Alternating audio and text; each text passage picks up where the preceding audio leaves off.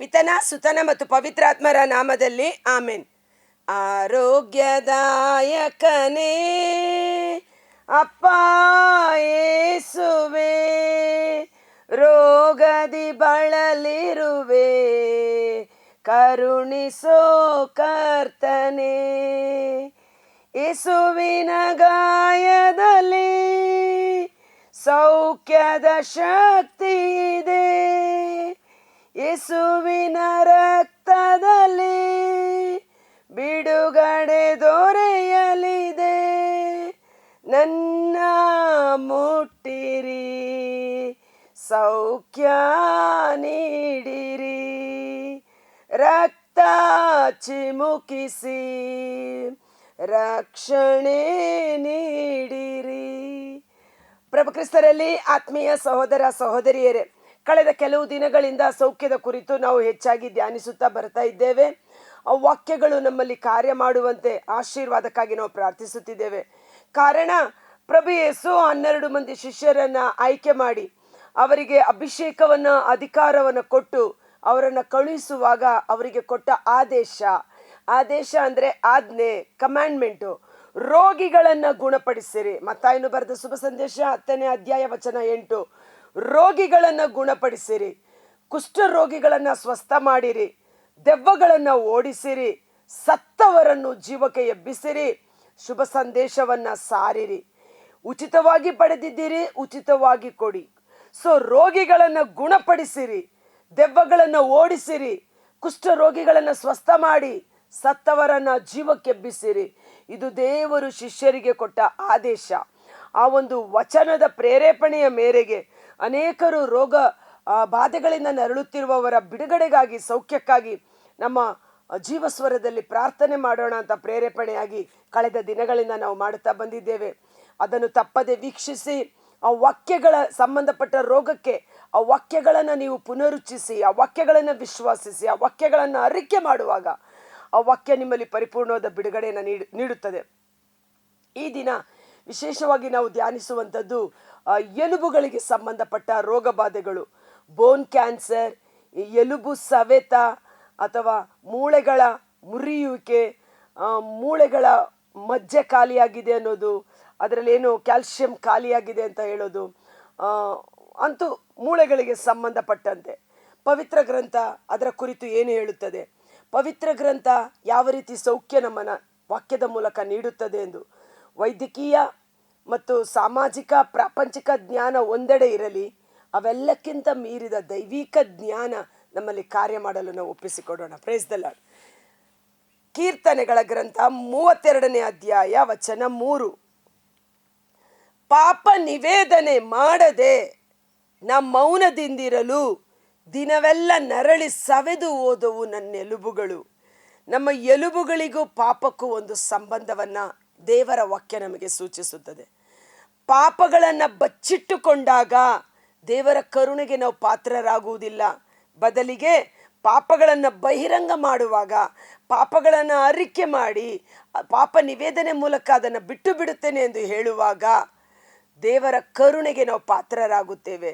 ಇಲ್ಲಿ ಪಾಪಗಳನ್ನು ನಾನು ನಿವೇದನೆ ಮಾಡದೆ, ದೇವರ ಸನ್ನಿಧಾನದಲ್ಲಿ ನನ್ನ ಪಾಪಗಳನ್ನು ಒಪ್ಪಿಕೊಳ್ಳದೆ ಅದನ್ನು ಮುಚ್ಚಿಟ್ಟುಕೊಂಡಿದ್ದ ಕಾರಣ ಆ ಪಾಪದ ಶಕ್ತಿ ನನ್ನ ಎಲುಬುಗಳು ಸವೆದು ಹೋದಂತೆ ಆಯಿತು. ಪ್ರಭುವಿನ ಶಿಕ್ಷಾಸ್ತ ನನ್ನ ಮೇಲೆ ಭಾರವಾಗಿತ್ತು, ಹಗಲಿರುಳು ಬೇಸಿಗೆಯ ನೀರಿನಂತೆ ಬತ್ತಿ ಹೋಗಿತ್ತು ನನ್ನ ಶರೀರದ ತಿರುಳು. ಮನುಷ್ಯನ ಒಂದು ಶರೀರಕ್ಕೆ ಮುಖ್ಯವಾದ ಅಡಿಪಾಯ ಎಲುಬುಗಳು. ಮಾನವ ಎಲುಬಿನ ಗೂಡು, ಒಂದು ಅಸ್ಥಿಪಂಜರ. ಆ ಎಲುಬುಗಳ ಮೇಲೆ ನರ, ಮಾಂಸ, ಅಂಗಾಂಗಗಳು ತುಂಬಿಕೊಂಡಿರುವ ಕಾರಣ ಎಲುಬು ಇಲ್ಲದಿದ್ದರೆ ಶರೀರ ಮಾಂಸದ ಮುದ್ದೆಯಾಗಿರುತ್ತದೆ. ಸೊ ಎಲುಬುಗಳಿಗೆ ಸಂಬಂಧಪಟ್ಟ ಎಲುಬುಗಳು ಸವೆದು ಹೋಗುವಾಗ ಇಡೀ ಶರೀರದ ತಿರುಳು ಬತ್ತಿ ಹೋಗಿತ್ತು. ಹೇಗೆ ಮಳೆಯನ್ನು ಕಾಣದೇ ಇರುವ ಭೂಮಿ ಒಣಗಿ ಬರಡಾಗಿ ಕ್ಷಾಮದಿಂದ ತತ್ತರಿಸಿ ಹೋಗುತ್ತದೋ, ಎಲುಬುಗಳಿಗೆ ಸಂಬಂಧಪಟ್ಟ ರೋಗ ಬರುವಾಗ ಅದು ಶರೀರದ ತಿರುಳು ಬತ್ತಿ ಹೋಗುತ್ತದೆ. ಆಗ ನಾ ನಿವೇದಿಸಿದೆ ನಿನಗೆ ನನ್ನ ಪಾಪವನ್ನು, ನೀ ಪರಿಹರಿಸಿದೆ ನನ್ನ ಪಾಪ ದೋಷವನ್ನು. ಪ್ರಭುವಿನ ಮುಂದೆ ನನ್ನ ತಪ್ಪುಗಳನ್ನು ಒಪ್ಪಿಕೊಂಡೆನು. ಸೊ ವಿಶೇಷವಾಗಿ ಬೋನ್ ಕ್ಯಾನ್ಸರ್ ಅಥವಾ ಎಲುಬುಗಳ ಸವೆತ, ವೈದ್ಯರು ಏನೆಲ್ಲ ಹೇಳ್ಬೋದು, ಈ ಟ್ರೀಟ್ಮೆಂಟ್ ತಗೊಳ್ಳಿ, ಅದರಲ್ಲಿ ಏನೋ ಕಮ್ಮಿ ಆಗಿದೆ, ಕ್ಯಾಲ್ಸಿಯಂ ಕಮ್ಮಿ ಆಗಿದೆ, ಮ್ಯಾಗ್ನೀಷಿಯಂ ಕಮ್ಮಿ ಆಗಿದೆ, ಏನೆಲ್ಲ ಹೇಳ್ಬೋದು ವೈದ್ಯಕೀಯ ಜ್ಞಾನ. ಆದರೆ ದೇವರ ಜ್ಞಾನ, ವಾಕ್ಯದ ಮೂಲಕ ನಮಗೆ ದೇವರು ಕಲಿಸುವ ಪಾಠ, ಎಲುಬುಗಳ ಸವೆತ, ಎಲುಬುಗಳ ನೋವು ಅಥವಾ ಬೋನ್ ಕ್ಯಾನ್ಸರ್, ಇಂಥ ಒಂದು ಸಮಸ್ಯೆಗಳಿಂದ ನಾವು ನರಳುತ್ತಿದ್ದರೆ ಮೊಟ್ಟ ಮೊದಲು ನಾವು ಮಾಡಬೇಕಾದ ಕೆಲಸ ಒಳ್ಳೆಯ ಪಾಪ ನಿವೇದನೆ. ದೇವರ ಸನ್ನಿಧಾನದಲ್ಲಿ ಗುರುಗಳ ಬಳಿ ನಾವು ನಮ್ಮ ಪಾಪಗಳನ್ನು ಅರಿಕೆ ಮಾಡಿ, ಯೇಸುವೆ ನಾನು ಪಾಪಿ, ನಾನು ಇಂಥ ಪಾಪ ಮಾಡಿದ್ದೇನೆ ಎಂದು ಪಶ್ಚಾತ್ತಾಪ ಪಟ್ಟು ಪಾಪಗಳನ್ನು ಒಪ್ಪಿಕೊಂಡಾಗ ದೇವರು ನಮ್ಮ ಪಾಪಗಳನ್ನು ಕ್ಷಮಿಸಿ ಅಲ್ಲಿ ಪರಿಪೂರ್ಣವಾದ ಬಿಡುಗಡೆಯನ್ನು ನಮಗೆ ನೀಡುವುದನ್ನು ನಾವು ನೋಡುತ್ತೇವೆ. Price the lord, hallelujah. ಇದು ಆಧ್ಯಾತ್ಮಿಕವಾದ ಒಂದು ಸೌಖ್ಯವನ್ನು ಪಡೆದುಕೊಳ್ಳುವಂಥ ವಿಧಾನ. ತಾಯಿಯ ಗರ್ಭದಲ್ಲಿ ನಮ್ಮ ನರನಾಡಿ ಕೀಲು ಮಜ್ಜೆಗಳನ್ನು ಜೋಡಿಸಿದ ದೇವರು, ಆತನ ಕಣ್ಣಿಗೆ ಮರೆಯಾದುದು ಯಾವುದೂ ಇಲ್ಲ. ಆದರೆ ಪಾಪ ಮಾಡಿದಾಗ ನಾವು ದೇವರ ಸನ್ನಿಧಾನದಲ್ಲಿ ಬಂದು ಅದನ್ನು ಒಪ್ಪಿ ಅರಿಕೆ ಮಾಡಿ ಪಶ್ಚಾತ್ತಾಪ ಪಟ್ಟು ಇನ್ನು ಮೇಲೆ ಮಾಡುವುದಿಲ್ಲ ಎಂದು ಮಾತು ಕೊಟ್ಟು ದೇವರೊಟ್ಟರಿಗೆ ಸತ್ಸಂಬಂಧ ಏರ್ಪಡಿಸಿಕೊಂಡರೆ ನಮಗೆ ಪರಿಪೂರ್ಣವಾದ ಸೌಖ್ಯವನ್ನು ದೇವರು ನೀಡಲು ಶಕ್ತರಾಗಿದ್ದಾರೆ. ಈ ಎಲುಬುಗಳ ಬಗ್ಗೆ ನಾವು ಧ್ಯಾನಿಸುವುದಾದರೆ, ಎಲುಬು ಬಹಳ ಸ್ಟ್ರಾಂಗ್ ಆದದ್ದು. ಎಷ್ಟೋ ವರ್ಷಗಳ ಕಾಲವಾದರೂ ಎಲುಬುಗಳು ಅಳಿಯುವುದಿಲ್ಲ. ಎಲುಬುಗಳು ಈಗ ಸಮಾಧಿಯ ಅಗೆಯುವಾಗ ಎಲುಬುಗಳು ಸಿಗುತ್ತದೆ. ಯಾಕೆ? ಎಲುಬುಗಳು ಸ್ಟ್ರಾಂಗ್ ಆಗಿರುತ್ತೆ ಅಂತ. ಸತ್ತ ವ್ಯಕ್ತಿಯ ಎಲುಬುಗಳು ಅಷ್ಟು ಸ್ಟ್ರಾಂಗ್ ಆಗಿರುವಾಗ ಇವತ್ತು ಜೀವಂತ ವ್ಯಕ್ತಿಯಲ್ಲಿ ಎಲುಬುಗಳು ಒಣಗಿ ಹೋಗುತ್ತಿದೆ ಅನ್ನುವುದಾದರೆ ಪಾಪ ಇನ್ನೆಷ್ಟು ಕ್ರೂರವಾದುದು. ಅದಕ್ಕಾಗಿ ಮನಸ್ಸು ಮಾಡೋಣ. ಇದರ ಕುರಿತು ಧ್ಯಾನಿಸುವಾಗ ದೇವರು ನನಗೆ ಕೊಟ್ಟಂಥ ಒಂದು ವಾಕ್ಯದ ಪ್ರೇರೇಪಣೆ ಆದಿಕಾಂಡ 50ನೇ ಅಧ್ಯಾಯ, ಆದಿಕಾಂಡ 50ನೇ ಅಧ್ಯಾಯ ವಚನ 19-20. ಲಾಸ್ಟ್ ವಾಕ್ಯ, ಆದಿಕಾಂಡ 50 ವಚನ 25. ಜೋಸೆಫನು ಇಸ್ರಾಯೇಲನ ಮಕ್ಕಳಿಗೆ, ಜೋಸೆಫ ಇಸ್ರಾಯೇಲನ ಮಕ್ಕಳು, ತನ್ನ ಅಣ್ಣಂದಿರು 11 ಮಂದಿ, ಅವರ ಮಕ್ಕಳು, ಅವರ ಸಂತತಿ ಸಂತಾನ ಎಲ್ಲರ ಮುಂದೆ ನಿಂತು ಹೇಳುವ ಮಾತು, ದೇವರು ನಿಸ್ಸಂದೇಹವಾಗಿ ನಿಮ್ಮನ್ನು ಕಾಪಾಡಲು ಬರುವರು. ಆಗ ನೀವು ನನ್ನ ಶವವನ್ನು ನಿಮ್ಮ ಸಂಗಡ ಹೊತ್ತುಕೊಂಡು ಹೋಗಬೇಕು. ಜೋಸೆಫ ಹೇಳ್ತಾನೆ, ತಾನು ಸಾಯುವ ಸ್ಥಿತಿಯಲ್ಲಿ ಇಸ್ರಾಯೇಲ್ ಯಾಕೋಬನ 12 ಗೋತ್ರಗಳವರನ್ನ ಕರೆದು ಹೇಳುತ್ತಾನೆ, ದೇವರು ನಿಶ್ಚಯವಾಗಿ ಈ ಈಜಿಪ್ಟ್ ದೇಶದಿಂದ, ಈ ದಾಸತ್ವದಿಂದ, ಗುಲಾಮತನದಿಂದ ನಿಮ್ಮನ್ನು ಬಿಡುಗಡೆ ಮಾಡಿ ಕರೆದುಕೊಂಡು ಹೋಗುವರು. ಆಗ ನೀವು ಮರೆಯದೆ ನನ್ನ ಶವ ನೀವು ತೆಗೆದುಕೊಂಡು ಹೋಗಬೇಕು. ಶವ ಅಂದ್ರೇನು? ಎಲುಬನ್ನು ತೆಗೆದುಕೊಂಡು ಹೋಗಬೇಕು. ಕಾರಣ ಶವ ಕೊಳೆತು ಹೋಗುತ್ತದೆ, ಎಲುಬು ಅಸ್ಥಿಪಂಜರ ಉಳಿದಿರುತ್ತದೆ. ಜೋಸೆಫನು ಈಜಿಪ್ಟ್ ದೇಶದಲ್ಲಿ ತನ್ನ 110ನೇ ವರ್ಷದಲ್ಲಿ ಸತ್ತನು. ಅವನ ಶವಕ್ಕೆ ಸುಗಂಧ ದ್ರವ್ಯಗಳನ್ನು ಲೇಪಿಸಿ ಅದನ್ನು ಒಂದು ಪೆಟ್ಟಿಗೆಯಲ್ಲಿ ಇರಿಸಿದರು. ಎಲುಬುಗಳು ಬಹಳ ಮುಖ್ಯ, ಪ್ರಿಯ ಸಹೋದರ ಸಹೋದರಿಯರೇ. ವಿಮೋಚನಕಾಂಡ 13 ವಚನ 19ರಲ್ಲಿ ನಾವು ನೋಡ್ತೇವೆ, ಇಸ್ರಾಯೇಲರು ಈಜಿಪ್ಟನ್ನು ಬಿಟ್ಟು ಹೊರಗಡೆ ಬರುವಾಗ ಎಲ್ಲರೂ ಅವರವರ ಮಕ್ಕಳು, ದನ ಕರು ಕುರಿಗಳನ್ನು ಹೊತ್ತುಕೊಂಡು ಹೋಗ್ತಾ ಇದ್ರೆ ಮೋಶೆ ಜೋಸೆಫನ ಎಲುಬುಗಳಿದ್ದಂಥ ಪೆಟ್ಟಿಗೆಯನ್ನು ಹೊತ್ತುಕೊಂಡು ಹೋಗ್ತಾನೆ. ಅಂದರೆ ಜೋಸೆಫನ ಕಾಲದಿಂದ ಮೋಶೆಯ ಕಾಲದವರೆಗೂ ಎಷ್ಟೋ ಸಂತತಿಗಳು ಬಂದು ಹೋಗಿದೆ. ಅವರು ತಲೆಮಾರುಗಳಿಗೆ ಅದು ಆರ್ಡರ್ ಆಗಿ ಬರ್ತಾ ಇತ್ತು. ಆ ಪೆಟ್ಟಿಗೆ ನೋಡುವಾಗ ಇದು ನಮ್ಮ ಪೂರ್ವ ಪಿತಾಮಹ ಜೋಸೆಫನ ಶವ, ಇದನ್ನು ನಾವು ಬಿಡುಗಡೆ ಆಗುವಾಗ ತೆಗೆದುಕೊಂಡು ಹೋಗಬೇಕೆಂದು ಎಲ್ಲರೂ ಅದನ್ನು ಪರಿಪಾಲನೆ ಮಾಡಿಕೊಂಡು ಬಂದರು. ಒನ್ಸ್ ಅವರು ಈಜಿಪ್ಟನ್ನು ಬಿಟ್ಟು ಬರುವಾಗ ಮೋಶೆ ಆ ಶವದ ಪೆಟ್ಟಿಗೆಯನ್ನು ತೆಗೆದುಕೊಂಡು ಹೊರಟು ಬರುವುದನ್ನು ನಾವು ಕಾಣುತ್ತೇವೆ ವಿಮೋಚನಕಾಂಡ 13ನೇ ಅಧ್ಯಾಯದಲ್ಲಿ. ಅದು ಹಾಗೇ 40 ವರ್ಷ ಪ್ರಯಾಣ ಮಾಡಿತು ಮರುಭೂಮಿಯಲ್ಲಿ ಇಸ್ರಾಯೇಲರೊಟ್ಟಿಗೆ. ಹಾಲು ಜೇನು ಹರಿಯುವ ಕಾನಾನ್ ನಾಡನ್ನು ಸೇರಿದ ಮೇಲೆ ಯೆಹೋಶುವ 12 ಗೋತ್ರಗಳಿಗೆ ದೇಶವನ್ನು ಭಾಗ ಮಾಡಿ ಕೊಟ್ಟ ಮೇಲೆ ಜೋಸೆಫನ ಎಲುಬುಗಳನ್ನು ಆ ಪೆಟ್ಟಿಗೆಯನ್ನು ತೆಗೆದು ಅದರಿಂದ ಎಲುಬುಗಳನ್ನು ಸಮಾಧಿ ಮಾಡಿದನು ಎಂದು ಯೆಹೋಶುವ 24ನೇ ಅಧ್ಯಾಯ ಕೊನೆ ವಚನದಲ್ಲಿ ನಾವು ನೋಡ್ತೇವೆ. ಅಂದರೆ ಜೋಸೆಫನಿಗೆ ಒಂದು ವಿಶ್ವಾಸವಿತ್ತು, ದೇವರು ನಮ್ಮನ್ನು ಹಾಲು ಜೇನು ನಾಡಿಗೆ ಕರೆದುಕೊಂಡು ಹೋಗುತ್ತಾರೆ, ದೇವರ ಸ್ವಂತ ನಾಡಿಗೆ ನನ್ನ ಎಲುಬುಗಳು ಹೋಗಬೇಕು ಎಂಬುದಾಗಿ. ಇವತ್ತು ನಮಗೊಂದು ವಿಶ್ವಾಸ ಉಂಟು, ನಾವು ಸತ್ತರೂ ಬದುಕಿದರೂ ಪುನರುತ್ಥಾನ ಹೊಂದಿ ಸ್ವರ್ಗೀಯ ಸ್ವಾಸ್ಥ್ಯಕ್ಕೆ ಹಕ್ಕು ಬಾಧ್ಯಸ್ಥರಾಗುತ್ತೇವೆ, ನಿತ್ಯ ಜೀವಕ್ಕೆ ನಾವು ಹೋಗುತ್ತೇವೆ. ಈ ಲೋಕವನ್ನು ತ್ಯಜಿಸಿ ಪರಲೋಕವನ್ನು ನಾವು ಸೇರಬೇಕು ಎಂಬುದಾಗಿ. ಆ ಜೋಸೆಫನ ವಿಶ್ವಾಸದಂತೆ ಅವನ ಎಲುಬುಗಳು ಸುರಕ್ಷಿತವಾಗಿ ದೇವರ ನಾಡು ಅಥವಾ ಹಾಲು ಜೇನು ಹರಿಯುವ ಕಾನಾನ್ ನಾಡನ್ನು ಬಂದು ತಲುಪಿತು. ಇವತ್ತು ನಮ್ಮ ಎಲುಬುಗಳು ಆರೋಗ್ಯಕರವಾಗಿರಬೇಕು, ಸುಕ್ಷೇಮದಿಂದಿರಬೇಕು, ಎಲುಬುಗಳಿಗೆ ಪುನರುತ್ಥಾನ ಉಂಟು. ಅದಕ್ಕಾಗಿ ನೋಡಿ, ಕ್ರೈಸ್ತರಾದ ನಾವು ಸತ್ತ ಮೇಲೆ ಶವವನ್ನು ಸುಡುವುದಿಲ್ಲ, ಬೆಂಕಿಯಲ್ಲಿ ಸುಟ್ಟು ಹಾಕುವುದಿಲ್ಲ, ಬದಲಿಗೆ ಅದನ್ನು ಸಮಾಧಿ ಮಾಡುತ್ತೇವೆ. ನಮ್ಮ ವಿಶ್ವಾಸ ಏನು? ಶರೀರವಿಡೀ ಕೊಳೆತು ಹೋಗಿದ್ದರೂ ಆ ಎಲುಬುಗಳಿಗೆ ಹೊಸ ಜೀವವನ್ನು ದೇವರು ಕೊಡುತ್ತಾರೆ ಎಂಬುದಾಗಿ. Praise the lord. ಎಜೆಕ್ಯೇಲ 37ನೇ ಅಧ್ಯಾಯ ನಮಗೆಲ್ಲರಿಗೂ ಚಿರಪರಿಚಿತವಾದ ಒಂದು ಘಟನೆ. ಸತ್ತು ಒಣಗಿ ರಾಶಿಯಾಗಿ ಬಿದ್ದಿದ್ದ ಎಲುಬುಗಳಿಗೆ ಎಜೆಕ್ಯೇಲ್ ಪ್ರವಾದಿ ದೇವರ ವಾಕ್ಯವನ್ನು ಮಾತನಾಡಿದಾಗ ಎಲುಬುಗಳು ಜೀವ ಪಡೆದುಕೊಂಡು ದೊಡ್ಡ ಸೈನ್ಯವಾಗಿ ಮಾರ್ಪಟ್ಟವು. ಸತ್ತ ಎಲುಬುಗಳು ದೇವರ ವಾಕ್ಯವನ್ನು ಕೇಳಿ ಜೀವವನ್ನು ಪಡೆದುಕೊಂಡಿರುವಾಗ ಇವತ್ತು ನಮ್ಮ ಶರೀರದಲ್ಲಿರುವ ಎಲುಬುಗಳಿಗೆ ನಾವು ದೇವರ ವಾಕ್ಯ ಮಾತನಾಡೋಣ, ವಿಶ್ವಾಸದಿಂದ ಮಾತನಾಡೋಣ. ಎಜೆಕ್ಯೇಲನು ಒಣಗಿದ ಎಲುಬುಗಳಿಗೆ ಮಾತನಾಡಿದ, ಅವು ಕೇಳಿಸಿಕೊಳ್ಳಲ್ವೋ, ಆದರೆ ಮಾತನಾಡುವ ವಾಕ್ಯದಲ್ಲಿ ಜೀವವಿದೆ, ಅದು ತನ್ನ ಕಾರ್ಯವನ್ನು ಮಾಡುತ್ತದೆ ಎಂಬ ವಿಶ್ವಾಸ. ಇವತ್ತು ನಾವು ನಮ್ಮ ಶರೀರದ ಎಲುಬುಗಳಿಗೆ ದೇವರ ವಾಕ್ಯವನ್ನು ಮಾತನಾಡುವಾಗ ಆ ವಾಕ್ಯ ಜೀವವು ಶಕ್ತಿಯು ಅಭಿಷೇಕವಾಗಿ ನಮಗೆ ಹೊಸ ಬಲವನ್ನು, ಹೊಸ ಶಕ್ತಿಯನ್ನು, ಚೈತನ್ಯವನ್ನು ತಂದು ಕೊಡುತ್ತದೆ. Price the lord. ಭಯಪಡಬೇಡಿ.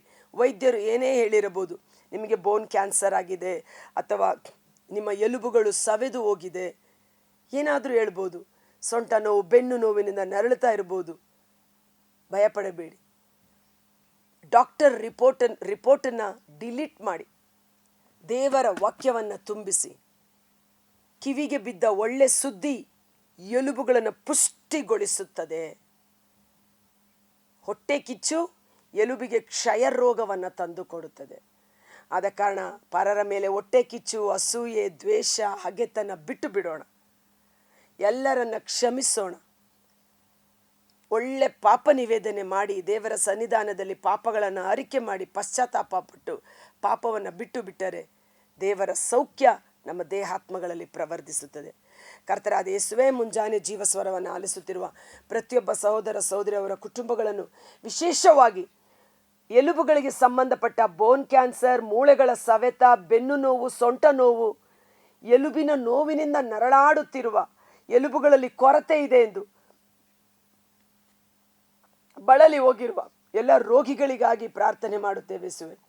ಯೋಹನ್ನ 19:34 ಪ್ರಭು ಯೇಸುವಿನ ಪಕ್ಕೆಯನ್ನು ಈಟಿಯಿಂದ ತಿವಿದರೂ ಸಹ ಅಲ್ಲಿಂದ ನೀರು ಮತ್ತು ರಕ್ತ ಹರಿದು ಬಂದು ಮನುಕುಲವನ್ನು ಶುದ್ಧೀಕರಿಸಿತು. ಅವರ ಎಲುಬುಗಳಲ್ಲಿ ಒಂದನ್ನು ಮುರಿಯಲು ದೇವರು ಬಿಡಲಿಲ್ಲ. ಅಕ್ಕಪಕ್ಕದಲ್ಲಿದ್ದ ಕಳ್ಳರ ಎಲುಬುಗಳನ್ನು ಮುರಿದರು. ಆದರೆ ಕೀರ್ತನೆ 34:20 ನಿನ್ನ ಎಲುಬುಗಳನ್ನೆಲ್ಲ ನಾನು ಎಣಿಕೆ ಮಾಡಿದ್ದೇನೆ, ನಿನ್ನ ಎಲುಬುಗಳಲ್ಲಿ ಒಂದನ್ನು ನಾನು ಮುರಿಯಲು ಬಿಡುವುದಿಲ್ಲ ಎಂಬ ವಾಕ್ಯ ನೆರವೇರುವಂತೆ ಯೇಸುವಿನ ಶರೀರದ ಎಲುಬುಗಳನ್ನು ಮುರಿಯಲು ಅವಕಾಶ ಕೊಡಲಿಲ್ಲ. ಇಂದು ನಾವು ಕ್ರಿಸ್ತ ಯೇಸುವಿನ ದೇಹದ ಅಂಗಾಂಗಗಳಾಗಿದ್ದೇವೆ. ನಮ್ಮ ಶಿರಸ್ಸು ಯೇಸುವಾಗಿದ್ದಾರೆ. ನಾನು ಯೇಸುವಿನ ದೇಹವಾದ ಕಾರಣ ನನ್ನ ಶರೀರದ ಎಲುಬುಗಳನ್ನು ಮುರಿಯಲು ಸೈತಾನನಿಗೆ ಅವಕಾಶವಿಲ್ಲ. ಯೆಶಾಯ 58:11 ಸರ್ವೇಶ್ವರನಾದ ದೇವರು ನಿಮ್ಮ ಎಲುಬುಗಳನ್ನು ಬಲಪಡಿಸಿ ನೀರೆರೆದು ತಂಪಾದ ತೋಟದಂತೆ ಬುಗ್ಗೆ ಚಿಮ್ಮಿ ಉಕ್ಕಿ ಹರಿಯುವ ಜೀವಜಲದ ಬುಗ್ಗೆಯಂತೆ ನಿಮ್ಮ ದೇಹ ಕಂಗೊಳಿಸುವಂತೆ ದೇವರು ಮಾಡುವವರಾಗಿದ್ದಾರೆ. ಅಂದು ಎಜೆಕ್ಯೇಲ್ ಪ್ರವಾದಿ ಒಣಗಿದ ಎಲುಬುಗಳಿಗೆ ದೇವರ ವಾಕ್ಯವನ್ನ ವಿಶ್ವಾಸದಿಂದ ಮಾತನಾಡಿದಾಗ ಆ ಎಲುಬುಗಳಿಗೆ ಜೀವ ಬಂದು ದೊಡ್ಡ ಸೈನ್ಯವಾಗಿ ಮಾರ್ಪಟ್ಟ ರೀತಿಯಲ್ಲಿ ಇಂದು ಅಯ್ಯೋ ನಮ್ಮ ಎಲುಬುಗಳು ಒಣಗಿ ಹೋದವು, ನಾವು ಬುಡ ನಾಶವಾದೆವು ಎಂದು ಕೊರಗುತ್ತಿರುವ ಎಲ್ಲ ರೋಗಿಗಳ ಮೇಲೆ ಯೇಸುವಿನ ಬಲಾಢ್ಯವಾದ ಗಾಯಗೊಂಡ ಹಸ್ತ ಚಾಚಲ್ಪಡಲಿ. ಯೇಸುವಿನ ರಕ್ತದಿಂದ ಅವರ ಸಕಲ ಪಾಪಾಪರಾಧಗಳು ಕ್ಷಮಿಸಲ್ಪಡಲಿ. ಯೇಸುವಿನ ಗಾಯಗಳಿಂದ ಅವರು ಸೌಖ್ಯವನ್ನು ಪಡೆದುಕೊಳ್ಳಲಿ. ಯೇಸುವಿನ ಎಲುಬುಗಳು ಮುರಿಯಲು ಬಿಡಲಿಲ್ಲ. ನಮ್ಮ ಶರೀರದ ಎಲುಬುಗಳು ಸುಕ್ಷೇಮದಿಂದ ಇರುವುದಕ್ಕಾಗಿಯೇ ಎಂದು ವಿಶ್ವಾಸಿಸಿ ಯೇಸುವಿನ ನಾಮದಲ್ಲಿ ನಾವು ಪ್ರಾರ್ಥಿಸುತ್ತಿದ್ದೇವೆ. ಭಯಪಡಬೇಡ, ಹೆದರಬೇಡ, ನಾನೇ ನಿನ್ನ ದೇವರು, ಶಕ್ತಿ ನೀಡುವೆ, ಸಹಾಯ ಮಾಡುವೆ ಎಂದು ವಾಗ್ದಾನ ಮಾಡಿದ ದೇವರು. ಸ್ವರ್ಗದ ಶಕ್ತಿ ಪರಿಶುದ್ಧಾತ್ಮರು ಒಬ್ಬೊಬ್ಬರಲ್ಲಿ ಸಶರೀರವಾಗಿ ಇಳಿದು ಬರಲಿ. 18 ವರ್ಷಗಳಿಂದ ಗೂನು ಬೆನ್ನಿನಿಂದ ನರಳುತ್ತಿದ್ದ ಮಹಿಳೆ, ಸೈತಾನ ಮಹಿಳೆಯ ಎಲುಬುಗಳನ್ನು ಸಂಪೂರ್ಣವಾಗಿ ಬೆಂಡ್ ಮಾಡಿಬಿಟ್ಟಿದ್ದ. ಆದರೆ ಯೇಸು ಆಕೆಯನ್ನು ಮುಟ್ಟಿ, ಮಗಳೇ, ಇಂದು ನೀನು ಬಿಡುಗಡೆಯನ್ನು ಹೊಂದಿಕೊಳ್ಳುತ್ತಿರುವೆ, ವ್ಯಾಧಿ ಮುಕ್ತಳಾಗಿ ಜೀವಿಸು, ವ್ಯಾಧಿ ಮುಕ್ತಳಾಗಿ ಜೀವಿಸು, ನೀನು ಆರೋಗ್ಯದಿಂದ ಜೀವಿಸು ಎಂಬ ವಚನ ಅವಳನ್ನು ನೆಟ್ಟಗಾಗುವಂತೆ ಮಾಡಿತು. ಯೇಸು ಹೇಳಿದರು, 18 ವರ್ಷ ಕಾಲ ಸೈತಾನ ಈಕೆಯನ್ನು ಕಟ್ಟಿ ಹಾಕಿದ್ದ. ಈಕೆ ಅಬ್ರಹಾಮನ ವಂಶಜಳು, ಈಕೆಯನ್ನು ಬಿಡುಗಡೆ ಮಾಡಿದ್ದೇನೆಂದು ನುಡಿದ ಯೇಸುವೆ. ಅಬ್ರಹಾಮನಂತೆ ಯೇಸುವಿನ ನಾಮದಲ್ಲಿ ವಿಶ್ವಾಸವಿಟ್ಟಿರುವ ಇಗೋ ಈ ನನ್ನ ಎಲ್ಲ ಮಕ್ಕಳ ಕುಟುಂಬಗಳನ್ನು, ಅವರ ಶರೀರದಲ್ಲಿ ಬಳಲುತ್ತಿರುವ ಎಲುಬಿಗೆ ಸಂಬಂಧಪಟ್ಟ ಎಲ್ಲ ರೋಗ ರುಜಿನದ ದುರಾತ್ಮಗಳು, ಅವರನ್ನು ಕಟ್ಟಿ ಹಾಕಿರುವ ಸೈತಾನನ ಕಟ್ಟುಗಳು ಯೇಸುವಿನ ನಾಮದಲ್ಲಿ ಮುರಿಯಲ್ಪಡಲಿ, ಬಿಡುಗಡೆಯಾಗಲಿ. ಅವರು ಪರಿಪೂರ್ಣವಾದ ಸೌಖ್ಯವನ್ನು ಪಡೆದುಕೊಳ್ಳಲಿ. ಬೆಟ್ಟ ಗುಡ್ಡಗಳ ಮೇಲೆ ಓಡಾಡುವ ಜಿಂಕೆಯಂತೆ ನಿನ್ನ ಕಾಲುಗಳನ್ನು, ನಿನ್ನ ಎಲುಬುಗಳನ್ನು ಬಲಪಡಿಸುತ್ತೇನೆ ಎಂದು ವಾಗ್ದಾನ ಮಾಡಿದ ಪ್ರಭು ಯೇಸುವಿನ ಶಕ್ತಿ, ಸ್ವರ್ಗದ ಶಕ್ತಿ ಒಬ್ಬೊಬ್ಬರಲ್ಲಿ ಶರೀರವಾಗಿ ಇಳಿದು ಬರಲಿ. ಅವರ ಶರೀರದಲ್ಲಿರುವ ಎಲ್ಲ ಎಲುಬಿಗೆ ಸಂಬಂಧಪಟ್ಟ ಬೋನ್ ಕ್ಯಾನ್ಸರ್ ಆಗಿರ್ಬೋದು, ಎಲುಬುಗಳ ಸವೆತ, ಬೆನ್ನು ನೋವು, ಸೊಂಟ ನೋವು, ಇವೆಲ್ಲವೂ ಯೇಸುವಿನ ನಾಮದಲ್ಲಿ ಸಂಪೂರ್ಣವಾಗಿ ಬಿಡುಗಡೆಯಾಗಿ ನಿಮಗೆ ಸಾಕ್ಷಿಯಾಗಿ ನಿಲ್ಲುವಂತೆ ಯೇಸುವಿನ ಅದ್ಭುತಕರವಾದ ನಾಮದಲ್ಲಿ, ಯೆಹೋವ ರಾಫಾ, ನಮ್ಮ ಸೌಖ್ಯದಾಯಕ, ನನ್ನ ಯೇಸು, ನನ್ನ ರಕ್ಷಕನ ನಾಮದಲ್ಲಿ ಪ್ರಾರ್ಥಿಸಿ ಬೇಡಿ ಹೊಂದಿಕೊಳ್ಳುತ್ತೇವೆ. ಆಮೆನ್. God bless you. ಈ ವಿಡಿಯೋ ಲಿಂಕನ್ನು ವಿಶೇಷವಾಗಿ ಪರರಿಗೂ ಶೇರ್ ಮಾಡಿ. ಎಷ್ಟೋ ಜನ ರೋಗ ಬಾಧೆಗಳಿಂದ ನರಳುತ್ತಿರುವವರು, ನನ್ನ ವಾಕ್ಯವನ್ನು ಕಳುಹಿಸಿ ಅವರನ್ನು ಬಿಡುಗಡೆ ಮಾಡಿದೆನು. ಈ ವಾಕ್ಯ ಮನೆಗಳಿಗೆ ಹೋಗಲಿ, ಒಬ್ಬೊಬ್ಬರು ಇರುವ ಸ್ಥಳಗಳಲ್ಲಿ ಈ ವಾಕ್ಯ ಅವರಿಗೆ ತಲುಪಲಿ. ಆ ವಾಕ್ಯವನ್ನು ಕೇಳಿಸಿಕೊಂಡು ಅವರು ಪಶ್ಚಾತ್ತಾಪ ಪಟ್ಟು ಪರಿಪೂರ್ಣ ಆಶೀರ್ವಾದವನ್ನು, ಸೌಖ್ಯವನ್ನು, ಬಿಡುಗಡೆಯನ್ನು ಹೊಂದಿಕೊಳ್ಳಲಿ. Thank you. God bless you.